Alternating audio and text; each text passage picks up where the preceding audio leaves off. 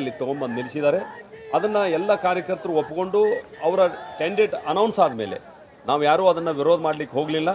ಎಲ್ಲರೂ ಕೂಡ ಅಲ್ಲಿ ಕೆಲಸವನ್ನು ಮಾಡಿದ್ರಿಂದ ಓಕೆ ಓಕೆ ಒಂದು ನಿಮಿಷ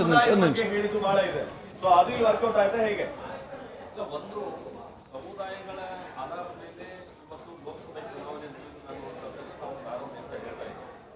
ಇದು ರಾಷ್ಟ್ರೀಯ ಚುನಾವಣೆ, ಲೋಕಸಭಾ ಚುನಾವಣೆ. ಹೀಗಾಗಿ ರಾಷ್ಟ್ರೀಯ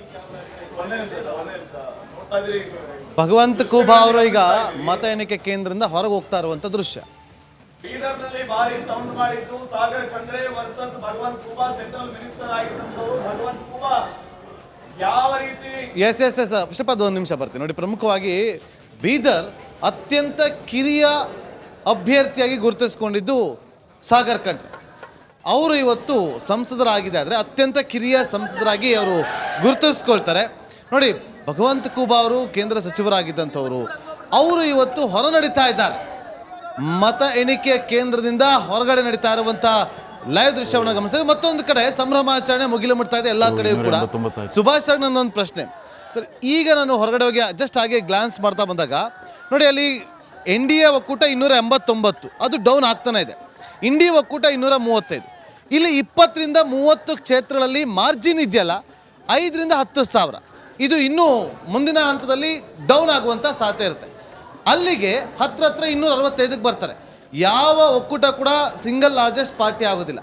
ಆಗ ಕಿಂಗ್ ಮೇಕರ್ ಆಗ್ತಾರೆ ಚಂದ್ರಬಾಬು ನಾಯ್ಡು ಅನ್ನುವ ಪ್ರಶ್ನೆ ಬರುತ್ತೆ. ಏನು ಹೇಳ್ತೀರಿ? ಜಸ್ಟ್ ಪ್ರಿಡಿಕ್ಟ್ ಏನು ಮಾಡ್ತೀರಿ? ಅಲ್ಲ, ಈಗಿನ ಒಂದು ಎರಡೂ ಅಲಯನ್ಸ್ಗಳ ನಂಬರ್ಗಳನ್ನು ನೋಡಿದರೆ ಇದು ಫೈನಲ್ ರಿಸಲ್ಟ್ಸ್ ಅಷ್ಟೊತ್ತಿಗೆ ಮೋಸ್ಟ್ಲಿ ಒಂದು 10-15 ಪ್ಲಸ್ ಆರ್ ಮೈನಸ್ ಆಗುವಂಥ ಚಾನ್ಸಸ್ ಇದೆ. ಆ ಸಂದರ್ಭದಲ್ಲೂ ಕೂಡ ಯಾರಿಗೂ ಮೆಜಾರಿಟಿ ಬರದೇ ಇರ್ಬೋದು, ಅಥವಾ ಎನ್ ಡಿ ಎ ಭಾಳ ಒಂದು ಸಾಮಾನ್ಯವಾದಂಥ ಒಂದು ಮೆಜಾರಿಟಿಯನ್ನು ಗಳಿಸ್ಬೋದು. ಆ ಥರ ಸಿಂಪಲ್ ಮೆಜಾರಿಟಿ ಗಳಿಸುವಂಥ ಚಾನ್ಸಸ್ಸು ಕೂಡ ಇದೆ. ಬಟ್ ಆವಾಗ ಕೂಡ ಈ ಭಾಳಷ್ಟು ಪ್ರಾದೇಶಿಕ ಪಕ್ಷಗಳು, ವಿಶೇಷವಾಗಿ ತೆಲುಗು ದೇಶಮು, JDU, YSRCP, ಆಮೇಲೆ BJD, ಈ ಎಲ್ಲ ಪಕ್ಷಗಳ ಮತ್ತು ಇನ್ನೂ ಸಣ್ಣ ಸಣ್ಣ ಪಕ್ಷಗಳು 1-2 ಸೀಟು ಗೆದ್ದವ್ರು ಇರ್ಬೋದು, ಅವರೆಲ್ಲರ ಪಾತ್ರ ಕೂಡ ಬಹಳ ಮುಖ್ಯ ಆಗುತ್ತೆ ಅವಾಗ. ರೇಷ್ಮೆ ಸರ್, ಈ ವಿಚಾರ ಈಗ ನೋಡಿ, ಅಲ್ಲಿ ಆಂಧ್ರದಲ್ಲಿ ಏನಾಗ್ತಾ ಇದೆ, ಅಸೆಂಬ್ಲಿ ಎಲೆಕ್ಷನ್, ಚಂದ್ರಬಾಬು ನಾಯ್ಡು ಪಕ್ಷ ಮುನ್ನುಗ್ತಾ ಇದೆ. ಒಂದು ವೇಳೆ ಇಲ್ಲಿ ಇಂಡಿ ಒಕ್ಕೂಟದವರು ನಿಮಗೆ ಪ್ರಧಾನ ಅಭ್ಯರ್ಥಿ ಮಾಡ್ತೀವಿ, ಬಂದು ಸಪೋರ್ಟ್ ಮಾಡಿ, ಆ ಚಾನ್ಸಸ್ ಇಲ್ಲ. ಅಲ್ಲಿ ಚಂದ್ರಬಾಬು ನಾಯ್ಡು ನಮ್ಮ ರಾಷ್ಟ್ರೀಯ ನಾಯಕರುಗಳಾದ ಸನ್ಮಾನ್ಯ ನರೇಂದ್ರ ಮೋದಿ ಅವರಿಗೆ, ಸನ್ಮಾನ್ಯ ಅಮಿತ್ ಶಾ ಅವರಿಗೆ, ರಾಷ್ಟ್ರದ ಮಾಜಿ ಪ್ರಧಾನಿಗಳಾದ ಸನ್ಮಾನ್ಯ ದೇವೇಗೌಡರಿಗೆ ನಾನು ಸಮರ್ಪಣೆ ಮಾಡ್ತಾಯಿದ್ದೀನಿ. ಪ್ರಾಯಶಃ 2 ಬಾರಿ ಸೋತಂಥ, 2 ಕಡೆ ಸೋತಂಥ ಸೋಮಣ್ಣನ್ನು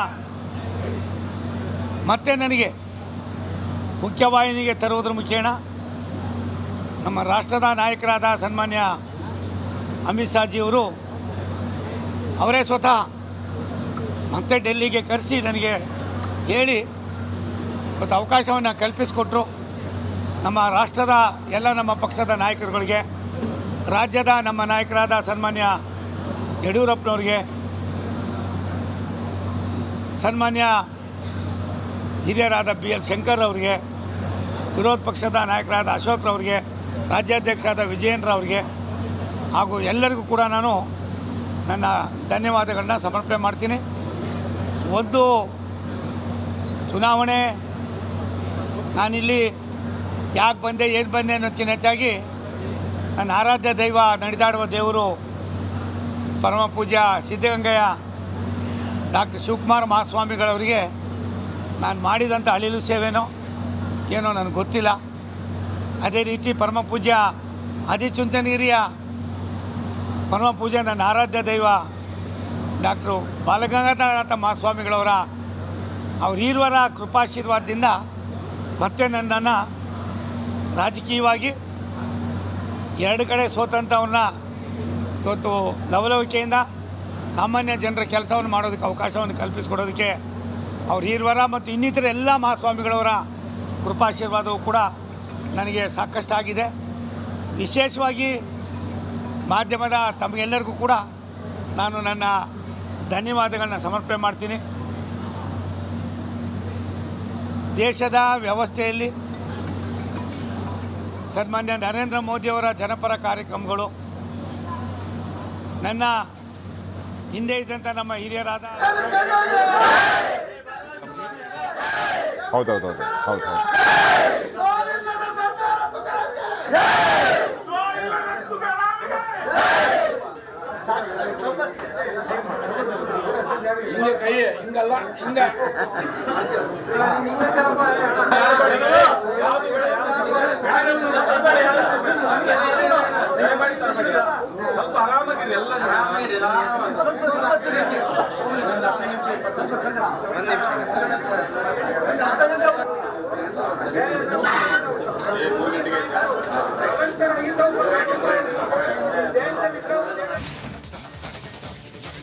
ತುಕಾರಾಂ ಗೆಲುವು ಅಧಿಕೃತ ಘೋಷಣೆಯೊಂದೇ ಬಾಕಿ. ಬಿ ಶ್ರೀರಾಮುಲು ವಿರುದ್ಧ ಭರ್ಜರಿ ಗೆಲುವನ್ನ ದಾಖಲು ಮಾಡಿದ್ದಾರೆ ಕಾಂಗ್ರೆಸ್ ಅಭ್ಯರ್ಥಿ ತುಕಾರಾಂ.